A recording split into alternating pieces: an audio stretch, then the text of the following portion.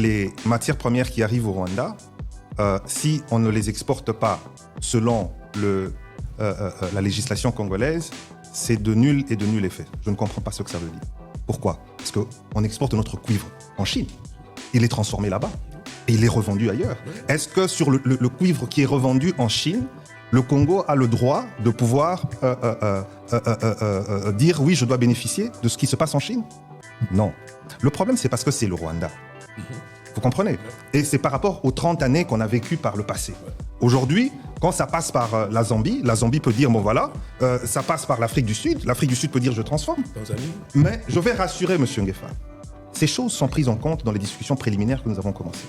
Nous avons dit, effectivement, que non seulement qu'il doit y avoir respect de notre code minier sur les matières premières qui sont exportées via le Rwanda, mais que le Congo, cette fois-ci, par rapport à tout ce qui s'est passé les 30 dernières années, s'il y a une quelconque transformation, c'est-à-dire une valeur ajoutée qu'on donne à nos matières premières au niveau du Rwanda, le Congo doit tirer des revenus de ce qui va se passer au Rwanda. C'est exactement ce que je voulais dire. Mais justement, vous n'aviez pas l'information. D'accord. Mais vous avez déjà dit qu'il y avait des problèmes. Ce que je suis en train de vous dire, on ne va pas s'arrêter là.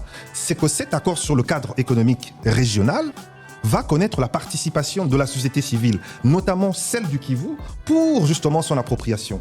Donc ça veut dire que vous avez des craintes sur des choses qui ne sont pas encore survenues. Laissez les choses arriver et je dois vous dire que c'était extrêmement clair. Quand nous sommes allés pour négocier, ce cadre économique régional devrait faire partie intégrante de l'accord. C'est très important. Et selon les instructions du président de la République, nous avons refusé cela. Nous avons dit non, nous ne pouvons pas parler économique tant que nous n'avons pas la paix, tant que nous n'avons pas recouvré l'intégrité du territoire et la souveraineté de notre État sur l'entièreté des territoires actuellement sous occupation, et tant que le Rwanda ne sera pas sorti de notre territoire. C'est pour cela que ces questions sur la mise en place de ce cadre régional économique, ça va arriver plus tard. Mais je voudrais juste finir par quelque chose de fondamental. Tout ceci, nous le connaissons, on parle de chaîne d'approvisionnement via les pays voisins. Il n'y a pas que le Rwanda, il y a aussi la Zambie, l'Afrique du Sud pour tout ce qui passe, qui va vers le Katanga. Il y a une extrême urgence de pouvoir réhabiliter notre voie nationale. Extrême urgence. Plutôt que de passer par l'hôpital. Non.